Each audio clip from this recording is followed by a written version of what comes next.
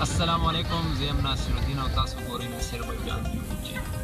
نن موږ وزټ کړی دی جارګو ویلي ته، کوم چې په هغې کې واټر فال هم موجود دی. هغې نه بره موږ راغلي یو ټاپ ته. دلته کې زموږ سره ملګری دی، زموږ سره یو دی راغلی دی. نو دی اصل کې د پېښور دی. نو د دې نه موږ یو څو تپوسونه کوو چې آیا دا دی څنګه دی، ستاسو خوښ شو که نه شو. سره ولیکم. وعلیکم سلام. جی تاسو څنګه خیر دی؟ دا ځای ستاسو څنګه خوښ شو که نه؟ یاره یقین خاص که چې لکه دا خو ډېر ښکلی ځای دی او زه به فسټ ټایم دې ځای ته راغلم او ډېر زبردست ځای دی او موږ نورو کسانو له هم لږه میسېج ورکوه، ډېر لکه ښکلی ځای دی او راشئ تاسو چکر مکر راولئ د فیملي سره راشئ ځکه چې ښکلی ځای دی او د چکر ځای دی. تاسو دا شاته کتلی شئ، نور ملګري هم راغلي چکر مکر له او تاسو هم راشئ، ښکلی ځای دی. بعضې خلک وایي چې دا د ګبینجبې نه ښکلی ځای دی. آیا دا صحیح خبره ده؟ ګبینجبه خو په خپل ځای دی، خو دا ده چې ګبینجبې نه په بره چې نور ځای نو هغه کې هم ښکلي ځایونه دي. خو دا هم د ګبینجبې سره مقابله کوي، خو دا د ګبینجبې په نسبت باندې لږ معمولي دا ځای لږ وړوکی دی.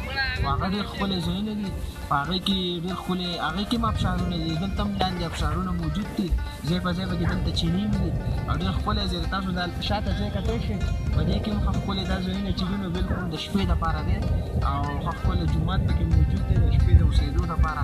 ښکلی شپې دوه درې ورځې تېرې کړې او ډېر ښکلی ځای دی، یقین به ستاسو خوښ شي.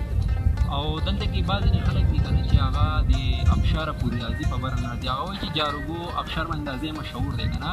نو بعضې خلک وایي چې دغه ابشاره پورې دغه چې دی نو جارګو ابشار دی، مخکې څه نشته. زما په خیال ډېر خلک په بره نه وي راغلي، نو هغو ته تاسو څه میسېج ورکړی غواړئ چې آیا بره هغو له پکار دي که نه؟ د لار اصل کې څنګه ده؟ لارې په باره کې تاسو لږ څه ووایئ.